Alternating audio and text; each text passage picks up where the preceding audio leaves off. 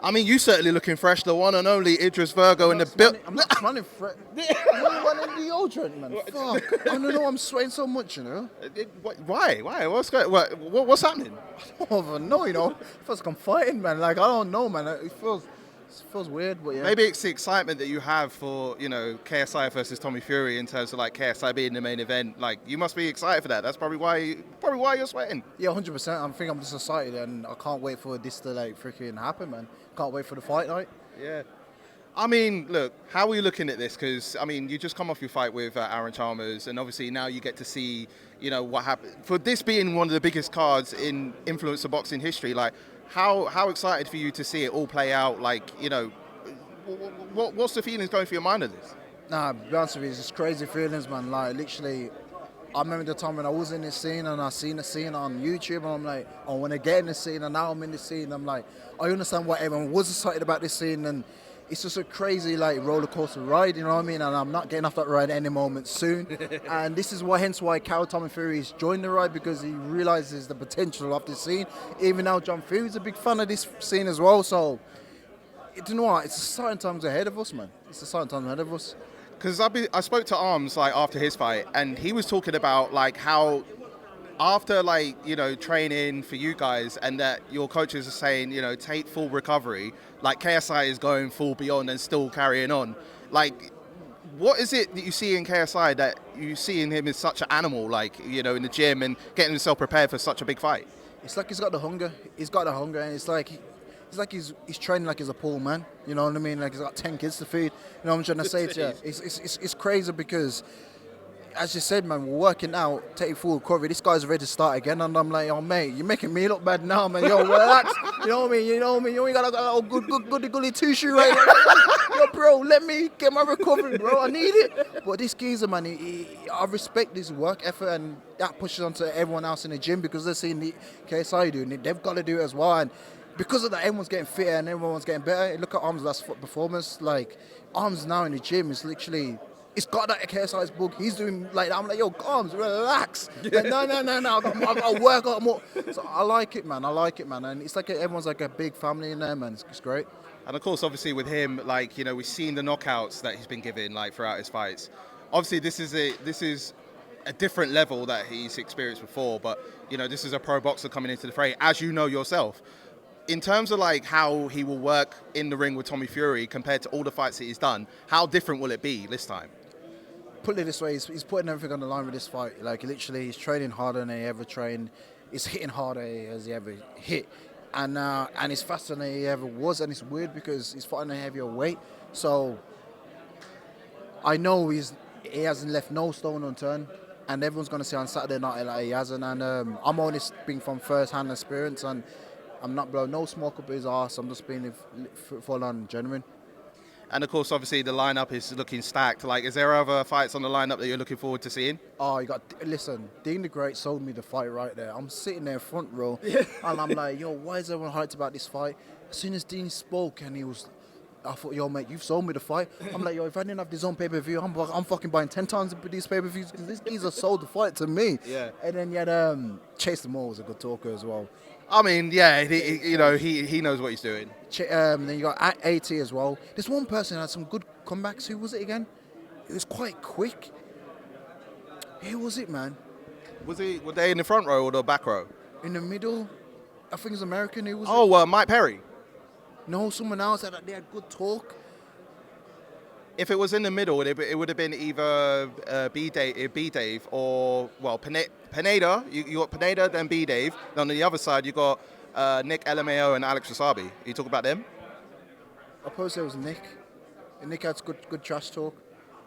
They all had I think you might be talking about B Dave, because is he the one that had the cowboy hat on? No, I think it's Nick, with Spider-Man, yeah. The Spider-Man outfit. It's American, man. They got the best trash talk ever, man. I wish I was American, you know what I mean? I'd be like, yo, F you, man. You look like the Hulk without getting angry. If that made any sense, you know what I mean? No, it doesn't. Like we seem to be more polite in terms of our trash talk. Like, yeah, you look quite nice today, mate. You know what I mean? Like, yeah, we're trying to say fuck you, but it's like, exactly, it comes across as like, you're good though. You're good though, yeah. But it's just like, you're looking at us as like, we're weak. No, we're not weak, bro. Yeah, 100%. Yeah, you're right, man. But I like their trash talk, man. It's fun. Yeah. So you said about Dean and Waleed, like, how do you see that fight going? Mate, that fight, man. I know Dean's thinking he's an underdog, and I think he's going to go in there and get the win. I think probably the knockout. But then you're also seeing that Waleed's been so quiet, and it kind of put me in the back foot because, like, Waleed's making a guy pushing him. To me, how I see it is, if you're so quiet in a ring, you're going to make that guy push you out because you just made the guy push you off the mic, and you're not standing up for yourself regardless if you can't speak on the mic and you can't talk, and you can't talk. You know, let's put it that way. I think you need subtitles like me. But other than that, Dean was like literally backing him up in the corner. He couldn't get out of the corner. So how I seen it was Dean's going to do that and just make a fun fight for himself and enjoy himself. Because I was quite surprised. Like, they've been going at each other for the past year, and like, while he didn't say as much compared, but I don't know if that might be a ploy though. That's not. I'm just saying it might be a ploy, or it might just genuinely be that he couldn't get nothing to say on it. Have you ever seen Muhammad Ali be quiet? No. Like. True. You know what I mean? I think it was against George Foreman when he's constantly cussing the guy. It cost him so bad, he put him in the corner and he beat his ass for that, you know what I'm trying to say to you? Yeah. But also, I gotta say, freaking, wherever he is, Slim has changed my mind as well. When he was on about train coaches, world-time train, I'm like, oh shit, I didn't know he was that serious. Now I'm thinking, I was favoring so happy, but now I'm thinking, damn, Slim's got a lot to prove, man. I think Slim is gonna. I think Slim might win now, you know. Okay. It's just because when you do change your camp and you go for someone and you realize your fundamentals, you realize what you're doing, you're a different animal. And I do believe Slim's gonna bring that game now. It's mad, you know. Yeah, I'm thinking that myself. I'm like, wow. Is Slim a person that you would want to face in the future? Yes, 100%. But I'll get to 165. I think that'll be the lowest I get to for this. But yeah, that'd be a good fight, man. I actually think Slim's gonna win this, you know. Yeah. I mean, a lot of people have been giving him, like, they've not been giving him the credit that he deserves, especially for his 6-0 record. And a lot of people are supporting Salt Pappy. But Salt Pappy was telling me he feels that he's the villain in this fight.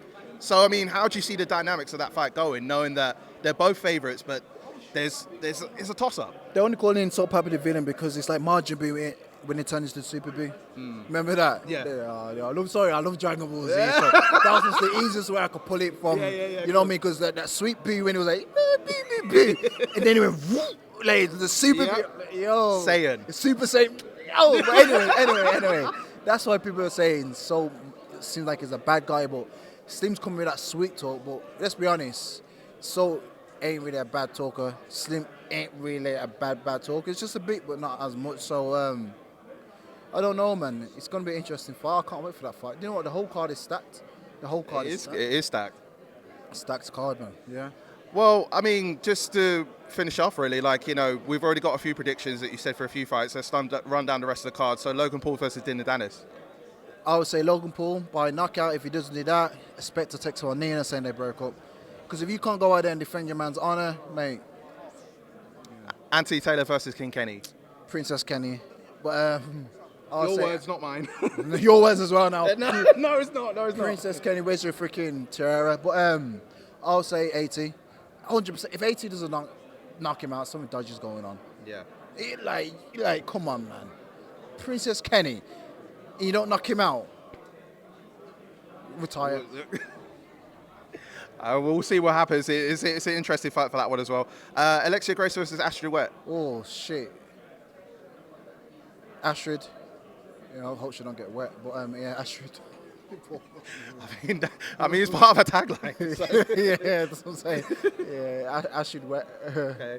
And Pineda and B-Day versus Nick LMAO and Alex Wasabi. Vamos! I'll probably say Pineda. I said Pineda because I think those two guys are scared of Pineda. I like Nick, but I think they're both kind of terrified of Pineda. To be honest, they always say, "No, he's a pro boxer." Forget all that talk. You're both boxers. You both got gloves on. You know what I mean? It just like that guy just dedicated himself more than with the sport. It's just one of them ones. Chase Demore versus Tempo. Oh, Chase. Yeah, Chase, man. Chase, my boy, man. Chase. I think you're my boy. Don't let me down. SX and TTG. XX, man. XX. Yeah, my boy, XX, 100%. Why do you think he will win? He's training hard. I've seen him train. And of course, obviously, he's worked with you at Shoot Fighters. How has he been in terms of, like, you know, being, you know, in the gym with you guys, knowing that the caliber of fighters like you, JJ, you know, MVP, Arms. Like, how's he adjusted to be working with you guys? Just push himself, literally push himself, and he's just taking everything like a sponge. Put it that way, yeah. I definitely need a shower, but yeah. Well, I'm trying to think if I go there. But anyways, I know you got a lot to do. We're just about ready to go to the press conference. So I wish you all the best. And yeah, man, it's going to be been fun, man. I'm loving this, man. I'm always having fun when it comes to you, the one and only. The one and only. We need to do a show together, man. We should do a podcast. Yeah, that'd be quite sick, actually.